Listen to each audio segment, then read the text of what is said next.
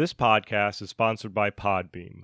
Podbeam is the easiest way to create your own podcast. We use Podbeam to host the Classic Gaming Brothers. Download the free Podbeam podcast app to start, record, and publish your very own podcast in just minutes. Podbeam provides everything you need to run your podcast, and you can record and publish episodes directly from the app on your phone. Download the free Podbeam app today. That's Podbean. Head on over to Podbeam at www.podbeam.com and use the code PODCAST21 for your first 30 days of podcast hosting for free. Check it out.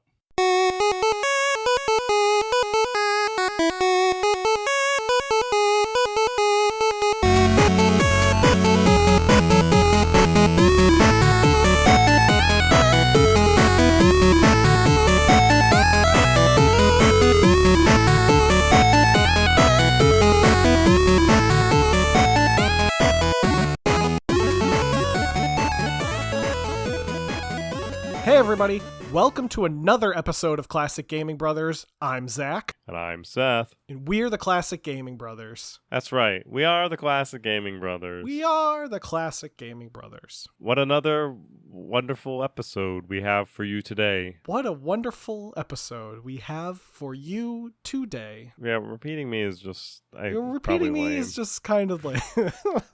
I'll stop. It was lame when we were 6. It'll be lame when we are now. 60. Yeah. It will be lame when we're 60. But you might have to repeat yourself anyway, because I might have forgotten. Because if my memory is any state now, when I'm 60, it's going to be bad. So when we're 60, and we're still doing Classic Gaming Brothers for nobody. Because there's no one left on Earth, because the Earth has died and we're the only people left. Yeah, but like, what? Where would we, like, when do games that are out now, would they be classic games? So we'll talk about, like, Cyberpunk 2077 in our... That was a classic game. That was a classic game. Oh, yeah, it was. We can talk about Cyberpunk 2077 in the year 2077. Oh, we could. Unless one of us dies. And then it would be the classic gaming brother.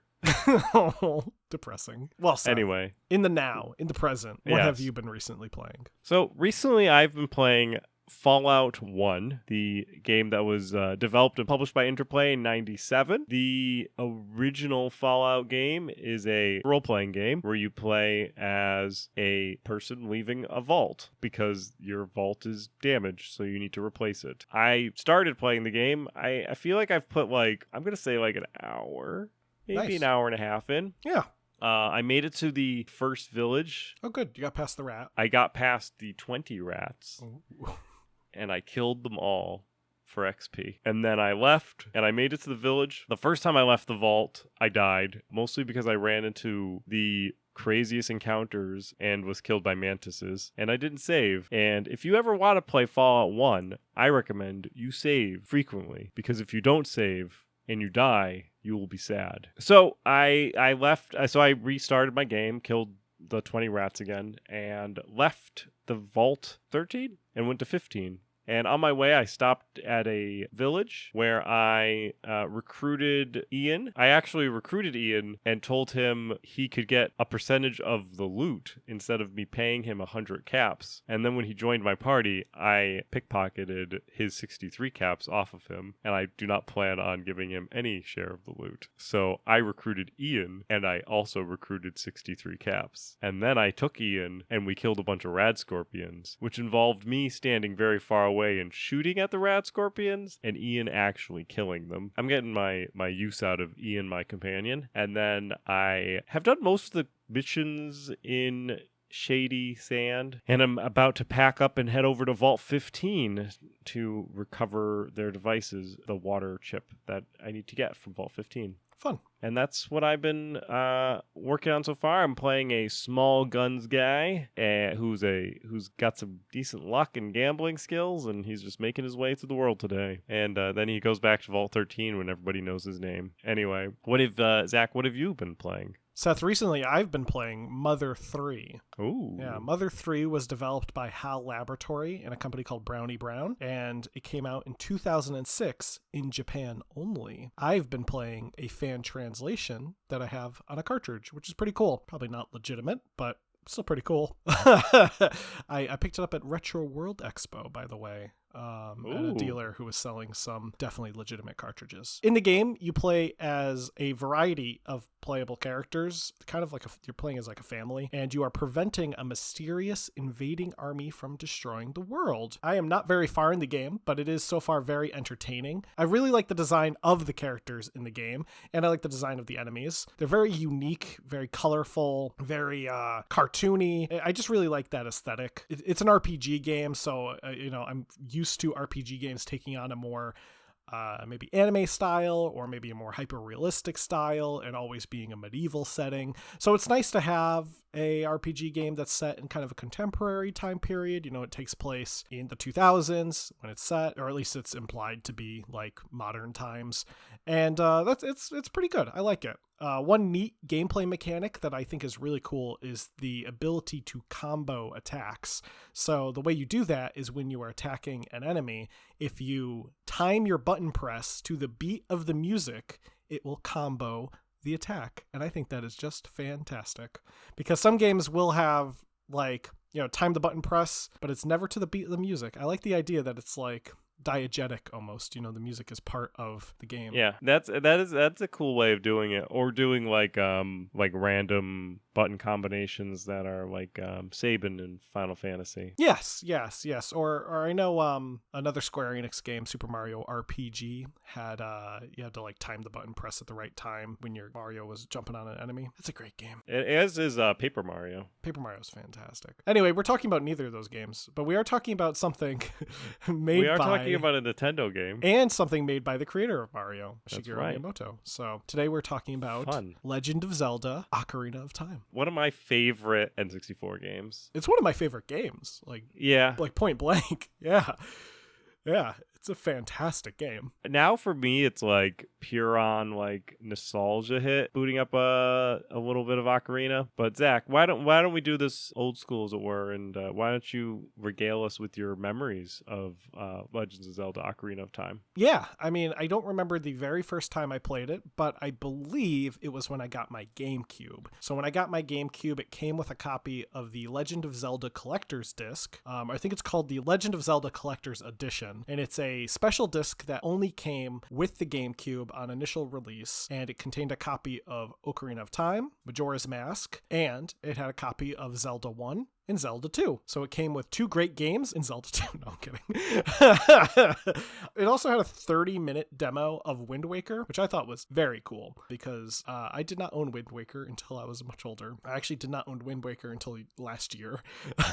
Or the year I don't know before. if I've actually ever beaten Wind Waker. That's a very good game. That's a game that's a whole episode, I think, because that's a fantastic game. So Seth, correct me if I'm wrong, but I don't believe we ever owned a copy of Ocarina of Time.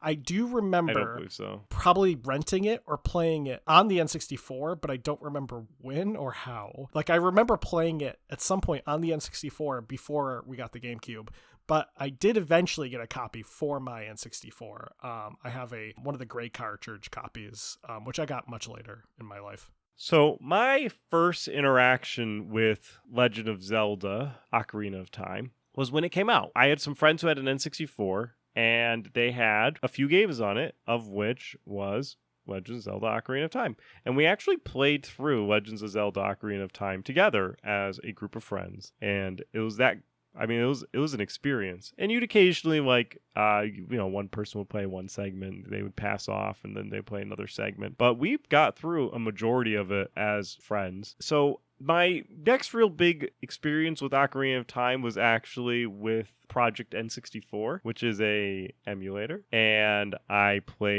installed Project N64 and a number of ROMs on a USB flash drive, and I would play them on the computers in the computer lab. I don't particularly remember the reason why I wasn't playing them at home, maybe because I was just on campus. But yeah, so then I'd just be playing Ocarina of Time on the computer lab at college, and kids would come by. They weren't kids, I guess. They were my colleagues and peers would come by, and I have people be like, "Are you playing Legend of Zelda Ocarina of Time?" I'm like, "Yeah." They're like, "Yeah, you're pretty cool." I'm like, "Yeah, I know." The conversation to go that way, but they were impressed regardless of my ability to play Ocarina of Time on a campus work computer. So yeah, so I played a lot of it there. And I think I actually beat it on emulation, which, to be fair, back in the early 2000s, getting a decent emulator to emulate N64 was tough. And to get something that actually like replicated the analog stick correspond with the amount you push a button, like your button in for your arrow keys, was like even tougher, right? Because a lot of the emulators during that time didn't necessarily translate degrees of pushing with a button. But Project N64 did a pretty good job, and I was able to beat Ocarina of Time and Majora's Mask both on the N64 emulator. But yeah, so that's my my memories experience with the Legends of Zelda. It's a like I said, Ocarina of Time is probably my favorite Zelda game. I think I like it. I like it better than Majora's Mask, and I think it's, for me, I actually like it better than Link's Awakening or the OG Zeldas 1 and 2. We definitely owned Zelda 2, and that was a game. I've been thinking about going back and playing that game and actually trying to enjoy it. I like the way you word that, like force yourself to enjoy it. So to get into the history of Legend of Zelda, specifically Ocarina of Time. Ocarina of Time began development around the time that Super Mario 64 and Mario Kart 64 were in development, which was 1996, give or take. Development was done in-house at Nintendo's Entertainment Analysis and Development Division and was planned to be on the Nintendo 64 DD. Now, for those who may not know, the Nintendo 64 DD is an often forgotten disc peripheral for the Nintendo 64. Now, the peripheral itself launched in Japan in 1999 and was an early project for the N64, being originally announced in 1995. Now, the DD was a commercial failure for Nintendo and ultimately was canceled in 2001. And we'll probably talk about specifically this disk drive for the Nintendo 64 in a future episode. Today is not that episode. It definitely is a topic we should cover because it sold real badly, and we love things that sell. And we love badly. anything that's a commercial failure is great to talk about. I have an odd obsession for video game consoles that commercially fail. Now, Ocarina of Time shifted development from the DD to the standard machine, largely due to the growing size of the game files. Now, while floppy disks certainly had their was the DD a floppy disk drive? Yes. So if anyone was confused like I was, the DD was not a CD-ROM drive, but in fact was a floppy disk drive for the Nintendo N64. Proprietary floppy disk developed for the DD. So it's their own special size. Its own size. Well, being that Ocarina of Time was a 3D rendered game, it needed to have a quick read speed. Floppy disks may have the ability to store some data, but they are not able to deliver that data in a timely fashion. So continuously reading 500 motion captured character animations during gameplay was not something that the disk would be able to keep up with. There were some fears about restricting the game to a cartridge, as cartridges were slightly smaller than the floppy disks being developed for the DD. Initial plans had the game designed for a 16 megabyte cartridge, which was the standard for the N64. And potentially the idea for the game in terms of gameplay was to structure it similar to Super Mario 64, in that Ganondorf's castle was going to act as a hub world, and Link would jump into portraits to kind of teleport to different sections of the game. Mario 64 did that because of size restrictions.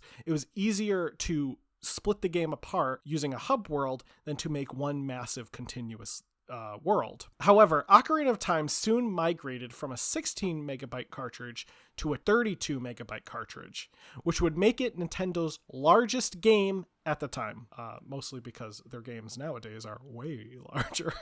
Shigeru Miyamoto, who was working as the principal director and producer of Super Mario 64, took on the role of supervising 5 different directors and also acted as producer for Ocarina of Time. Different parts of the game were handled by these different directors. So one would do animations, one would do music, one would do effects, that sort of thing. Each person got a different job. And this was actually a new strategy that Nintendo's EAD came up with for future games. They kind of were demoing it for Ocarina of Time. The team was unfamiliar with 3D games, which is not a surprising fact, considering that 3D games were a new concept in the 1990s. They really had to adjust a lot of what they knew from 2D development into the third dimension, which was certainly a task, but they were able to accomplish it overall. And it might have actually helped them, because sometimes when you're thinking of things, even when it's supposed to be in a third dimension, putting it on a flat 2D landscape might help you envision the timeline that you're trying to create. The game had actually 122 people involved in production, with some of those people being stunt performers being hired for Link's combat and his movement assets. Because again, there was motion capture being used for this game. Yeah, so that when Link tumbles, he tumbles realistically. I'm just trying to think of like what a Mario 64 style Ocarina of Time game would be like, where you use like Ganondorf's castle as the hub. Just how would that game be? Like, what if they just did the entire Mario 64 style of game and they just reskinned it with, instead of Peach, it was I'm Zelda, sure and someone's done that before, and it probably instead of Mario, it was Link. is great. Yeah, and he has the little knife instead of jumping on baddies. The little knife. His little sword. His sword? Not his, the first knife, the first sword that he gets is a little knife. Kind of a little dagger. So back in early development, Miyamoto actually envisioned the game to be played in first person. That plan shifted to third person when the idea of a child version of Link was introduced. The team also created the often parodied fairy character Navi, who was a friendly way to act as a targeting system for players. And Navi's name came from Fairy Navigation System. Yeah. So when they were developing Navi, apparently one of the original ideas was they were going to have literally just an arrow pointed at things when you targeted enemies. Right. And they were like, that's ugly and kind of unfriendly. So they changed it to a character in the game who's actually plot relevant. Right. Yeah, no, Navi's great. I mean, and it's all that Hey, listen! yeah, I think that's a really smart way of doing it, and I think that the hey listen part, like, it's iconic, and it may have been annoying when we were kids, but I love it today. Since a lot of the development of Ocarina of Time was concurrently happening with Super Mario 64, there were a lot of things that crossed over. Certain character designs can be seen as being heavily inspired by characters like Mario and Luigi. Images of Mario characters actually appear in Ocarina of Time as Easter eggs. And there are some ideas that Miyamoto had for Ocarina that would eventually get recycled into Super Mario 64. Certain puzzles, and there was a lot of influence from various things. So like they'd be trying to spitball a puzzle on the Super Mario team, and they'd be like, hey, the Ocarina of Time team actually did this, and this is what they did, and it's a great idea, and we know it works in our system because they already did it. Now, the game was also built on the same engine as Super Mario 64, though it was heavily modified so that it's pretty much considered a new engine, which you could see just in the camera controls alone, the differences between Super Mario 64 and Ocarina of Time. The cameras control very differently than how they do in each other's games. Yeah, in Super Mario 64, for those who haven't played it, the camera is a bit more free roaming. You get a little more freedom with how you can control it. It's one of the great things about that game. Ocarina is a little more fixed in terms of how the camera functions. There is some movability. You can, I think, shift it a little bit. Definitely not as much as you can in Super Mario 64. There's actually I feel like there's also parts of Zelda that are the camera's locked. Yes, yeah, definitely. Like when you go into buildings, it's completely locked. You can't adjust Yeah, it's locked. It's kind of very like a Resident Evil type of locked camera situation. Now, a big component to the game was the addition of cutscenes. There was a developer for the game, Takumi Kawage, who was the cutscene developer. He created the cutscenes that would be used in Ocarina of Time. And he wanted these cutscenes to feel like the players were always in control, even if they were watching the cutscene. To do this, it was decided that the cutscenes would be completely generated with real-time computing and not pre-rendered as full motion videos. So even on cartridge games, you would sometimes have full motion videos for cutscenes. Usually it would be a heavily rendered, pre-done, essentially short movie. These cutscenes in Ocarina of Time are fully done in-engine and are occurring while the system is running. So a little bit of code tells it to play out this certain sequence and it's rendered in real time. This is actually really beneficial for the team, as what they were able to do was rapidly adjust the story as needed to focus more on the gameplay elements rather than have to wait for a new cutscene to be re-rendered every time they made a change. So they could plan out the cutscenes in advance and pretty much have them ready. And if something changed in the storyline or they couldn't add something in, they could just make that adjustment on the fly. There was no worries about, having to send it back to the team and be like, hey, we need you to re-render this whole sequence, and then it would just take more time. It was all done on the fly. The music for the game, which in my opinion, I don't know about Seth's, is arguably some of the best music in video game history. It was composed by Koji Kondo, who had been in charge of the music for previous Legend of Zelda games, and he also did the music for a little title called Super Mario Brothers. He's actually the one that gave us the classic. Characters and locations all had specific music associated with them, which was kind of a unique use of a motif. So it's kind of a reverse of a type of motif that we see sometimes in movies, where music is associated with a character when they enter the scene. Kind of the best example I think of this is Star Wars. When Darth Vader enters the scene, the music cuts to Darth Vader's music. Or when the Emperor enters the scene, the music cuts to the Emperor. This is a way of letting you know that this character is now in the room. However, the way Legend of Zelda did it was in reverse. When you entered a scene, the music changed.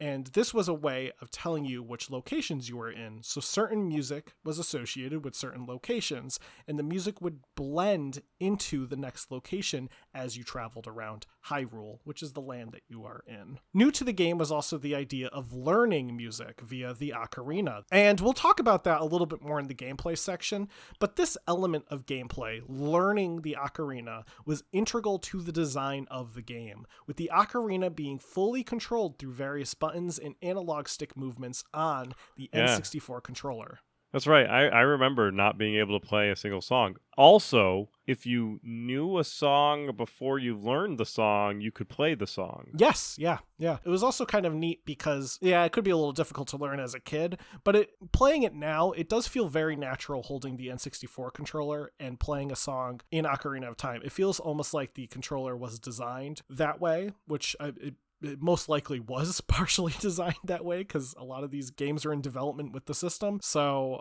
it is pretty cool. For those who have never had the opportunity to play Legend of Zelda Ocarina of Time, stop this podcast and go play it. But it's a quintessential Legend of Zelda game. You play as Link, or however you would like to name. Yeah, you can name him Butts. The boy, you could name him Zelda. Yeah, you can name him Zelda. And then Zelda meets Zelda, and he's like, hey, I'm Zelda. And Zelda's like, wow, same. So you play as Link, who's a young boy who lives in a mysterious village in the woods, populated by they're like elves. Yeah, they're supposed to be fairy folk. They're not like full-on fairy, because they're not like Navi fairy. Yes, they're just they're like spirits pseudo of the woods. They're children, but they're always children. And they've been that's right. forever. Except but then Link grows up. But Link's not a fairy child. Oh, that's right. He was a boy that was left with them. Yeah, he was left with them. Yeah, that's right. Yeah. So, spoiler alert: if you haven't played the game, you play as a boy, a human boy, who is left with these fairy elves that live in the woods, and they don't grow up, but you do. And then you go back to your village when you're an adult, and they are all children. You get Navi at the beginning of the game, but it's heavily implied that Link does not have a fairy, and all of the children in this village have a fairy, because there's this god that looks after them called the Great Deku Tree, and the Great Deku Tree assigns you a fairy if you're a fairy person who lives in the woods. And Link just doesn't doesn't have one because he's not born of the woods. He's just a human. He's He's literally, just a guy. just from Hyrule. So Navi arrives at the very beginning to Link and is like, Link, I need you to go to the Great Deku Tree now. He needs to tell you something really important. I'll come with you. And as you walk around, everyone's like, oh, you have a fairy now? Oh, you're so special. Yeah. And they're like treating you with so happy, but also like kind of condescending. Like, oh, the boy's got the fairy now. So Navi's essentially like the Deku Tree's messenger. So Navi's like, hey, yo, this big old tree wants to talk to you. So then you go talk to this big old tree, and you have to go into his mouth. Yeah, he's like, I am dying. Get inside my mouth. Yes, he's like, I'm cursed and dying. You need to fight this curse. So he opens his mouth, and then you enter in your first dungeon, which is inside the tree. And then you leave, and the Deku Tree is like, okay, you need to go find Princess Zelda and warn her that there's an evil coming. And then he promptly dies. As you do. And Navi, I guess, is just like, well, my boss just died, so I guess I'm working for you, and just hangs out with you for the rest of the game. Where, I mean, Navi could have been like, all right, I'm done, like, peace out, and just left. My contract has been complete. Yeah, I got you the message, and now I'm done. But nope, Navi hangs out with you. So then you're just a human with a fairy from the woods. And you got your message in your mission from a dead tree. And that mission is to go find Princess Zelda, which you go and do this. And throughout the way, you encounter various challenges along the way. You have to help Gorons and the fish people. Zora? What are the fish people called? Zora, yeah. The Gorons and the Zoras with their various rock and water problems. You have to go to a farm and eventually get a horse and drink a lot of milk at the Lon Lon Ranch. Lon Ranch. Lon Lon Ranch. And you have to go to Hyrule itself and break a lot of pots, as you do in Legend of Zelda. And there is various temples. They are generally themed. There's like a fire temple and a water temple and an earth temple, and you have to wear different outfits when you go into them, like a red suit or a blue suit, so that you're immune to fire or resistant to fire, and you can swim underwater. So after you have visited the Gorons and dealt with their fire and rock problems, and after you visited the Zora and dealt with their ice and water problems, and after you go to the forest and you hang out with the girl that is kind of implied to be your love interest. Sora, isn't it? Saria. It's Saira, I think. And then you have to go find her. You have to go to like the forest temple, and you have to fight Shadow Ganon. He's like a weird horseman. Anyway, you collect these gems, and you bring them to this place called the Temple of Time, which looks like a church, and you unlock the doors to the Temple of Time. You go inside, and you find the Master Sword sitting on its pedestal. Then you pull the Master Sword, and when you pull it, suddenly you go to the future. You become an adult. Yeah, you become an adult. And then you can hold the Master Sword because you're a tall person. Yes, and these like ancient sages show up and they're like, hey, you're going to the future now. And then you leave and the world is destroyed. And Ganondorf, who has now become Ganon, this massive pig monster, has taken over the entire land. Now, the game plays as a third-person action adventure game. Frequently you engage in real-time combat sequences, so while there might be some kind of RPG elements, it's not like an RPG turn-based game. You know, you are fighting things as they fight you. And you are fighting against various monsters and other enemies. Some monsters include Deku shrubs, which pop out of the ground and shoot like nuts at you. And then there's Deku sticks. Yeah, and then you collect the Deku sticks. And then there are Skulltulas, which look like spiders that are very creepy looking. And then there is the weird skeleton bone creatures that appear at night, and they also are terrifying. And along the way, you learn magic through the ocarina, which when you play certain songs, you could do things like change the weather, change the time of day, fast travel to a specific temple, and more. It really gives you a whole bunch of different abilities. You can also ride a horse, as Seth mentioned, and that's pretty awesome.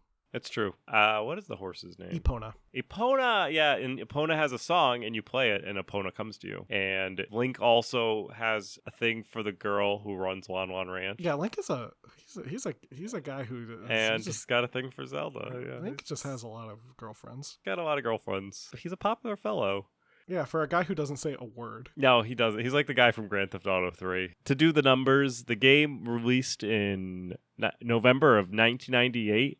And was quickly critically acclaimed. So during the lead up to the game being released, 500,000 pre-orders were placed in the United States alone, and more than 1 million copies sold in less than a week. A total of 2.5 million copies sold by the end of 1998, which, since most games released in Q4, especially in the 90s, was only 39 days after the release of the game was the end of 1998, and 2.5 million copies were sold. The game would go on to gross $150 million in the United States, which equated to today's money is $251 million.